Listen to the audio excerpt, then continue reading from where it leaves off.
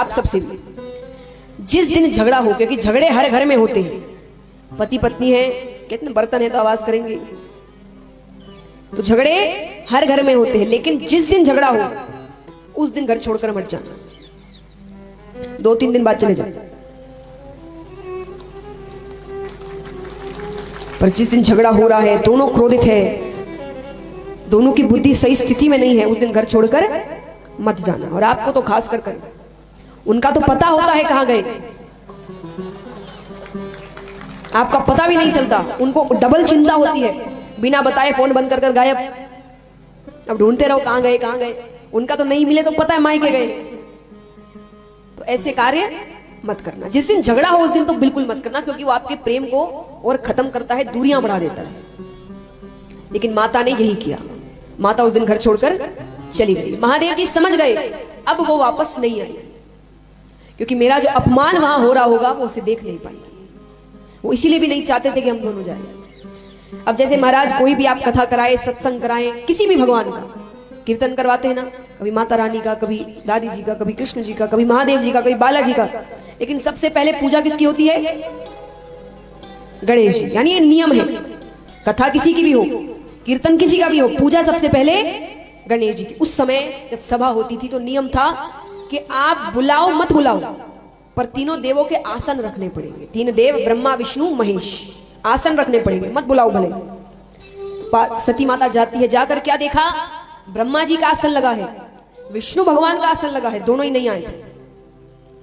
यह पक्की मित्रता, एक को नहीं बुलाया तो दोनों नहीं गए। तो महादेव ब्रह्मा जी और विष्णु भगवान नहीं गए थे, लेकिन दोनों का आसन रखा है, और महादेव जी का आसन नहीं। इतना बड़ा अपमान। इतने में पिताजी आते हैं, सती माता को देखते हैं, अरे तुम यहाँ क्या कर रही हो? किसने निमंत्रण भेजा इसे? अपने पति के साथ रहकर उसके जैसी हो गई हो, बिना निमंत्रण कहीं भी पहुंच जाती हो। सती माता ने कहा, पिताजी मैं चाहूं तो अभी आपकी हत्या कर सकती हूं, क्योंकि ये महाराज ये लीला है, सती माता को पार्वती माता है तो दुर्गा रूप, काली रूप। तो उन्होंने कहा मैं अभी आपकी हत्या कर सकती हूं, पर मैं नहीं चाहती कि भविष्य में बेटियों पर पिता हत्या का कलंक लगे। एक बेटी ने एक पिता को मार दिया, पर मुझे बहुत दुख है कि इस शरीर को आपने पाल पोस कर बड़ा किया है, मैं इसे ही खत्म कर दूं। और उसी हवन कुंड में माता ने अपनी आहुति दी। महादेव जी को पता चलता है, अपने गण को भेजते हैं, जाकर सब कुछ तहस नहस कर दो, वहां कोई यज्ञ नहीं होना चाहिए, सब कुछ तहस नहस कर दिया जाता है। दक्ष राजा के सर धड़ को अलग कर दिया जाता है। तब विष्णु भगवान आकर महादेव जी को शांत करते हैं, क्योंकि यज्ञ धर्म का कार्य है, और धर्म का कार्य अगर शुरू हो गया तो खत्म होना जरूरी है। तो यज्ञ शुरू हो चुका था, विष्णु भगवान ने कहा यज्ञ अगर पूरा नहीं हुआ तो गलत होगा। तब दक्ष राजा को बकरे का सर लगाया जाता है। बकरा बहुत कामी होता है, जो बहुत कामी व्यक्ति होते हैं ना, उन्हें दूसरा जन्म बकरे का मिलता है, बहुत कामी होता है। तो बकरे का सर लगाया गया, हवन पूरा किया जाता है। उसके बाद माता के शरीर को लेकर महादेव जी परिक्रमा कर रहे हैं, कुछ सुध नहीं है उन्हें, याद में है उनकी, शरीर को लेकर परिक्रमा कर रहे हैं, अपना कार्य भूल गए। 3 देव सिर्फ कहने को देव नहीं है, तीनों को कार्य सौंपे गए हैं।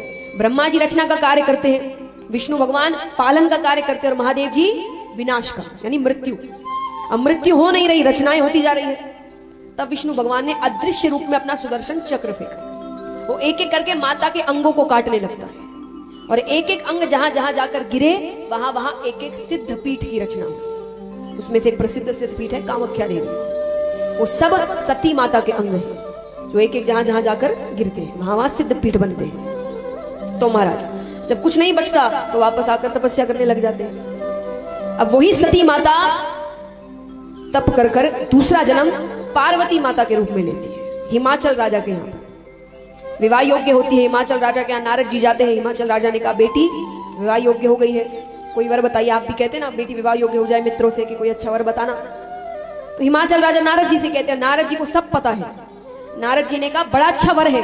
बोले कौन है, नाम क्या है? बोले नाम है महादेव। क्या करता है, धन इत्यादि है कि नहीं? अरे बोले धन तो इतना है कि ब्रह्मा जी और विष्णु जी उनके पास आते हैं। अच्छा चलो अच्छी बात है, चलिए आप पे विश्वास रखकर बिना देखे बिना जाने बिना मिले कह दिया रिश्ता पक्का। तारीख इत्यादि सब निकल गए। अब नारद जी विष्णु भगवान के पास आते कि मैंने इतना कार्य तो कर दिया, पर महादेव जी से बात करने की हिम्मत मुझ में नहीं है, उनसे मैं बात नहीं कर सकता। तब विष्णु भगवान जाते हैं। विष्णु भगवान कहते हैं प्रभु समय हो गया है बहुत, विवाह कर लेना चाहिए। महादेव जी ने कहा मुझे, अरे आप कन्या तो देखिए कौन है, आप ना नहीं करेंगे कन्या देखकर। महादेव जी देखते हैं तो ये तो सती ही है, तुरंत मान जाते हैं। सती माता नहीं, तब कर दूसरा जन्म पार्वती माता का लिया था कि मुझे महादेव जी से ही विवाह करना है। तो महादेव जी ने कहा ये तो सती ही है, तुरंत मान जाते हैं। आइए दर्शन करते हैं, विवाह में प्रवेश करते हैं। तो जैसे आपके और हमारे घर में विवाह होता है उसी प्रकार विवाह होगा। तो सबसे पहले माता के पास चलते हैं। माता को हल्दी लगाई जा रही है, मेहंदी लगाई जा रही है। आइए। हल्दी मुलाई थारे तेल